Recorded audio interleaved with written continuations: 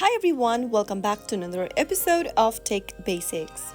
In this video, we will be learning how to change language on Bitget Wallet. To change your language on Bitget Wallet is super easy. First of all, go ahead and launch open the Bitget application from your mobile device and make sure to sign into your account. After logging in, from the first homepage of Bitget, tap on the waffle menu at the top left-hand corner. Now, click on the gear button at the top right-hand corner from your profile page.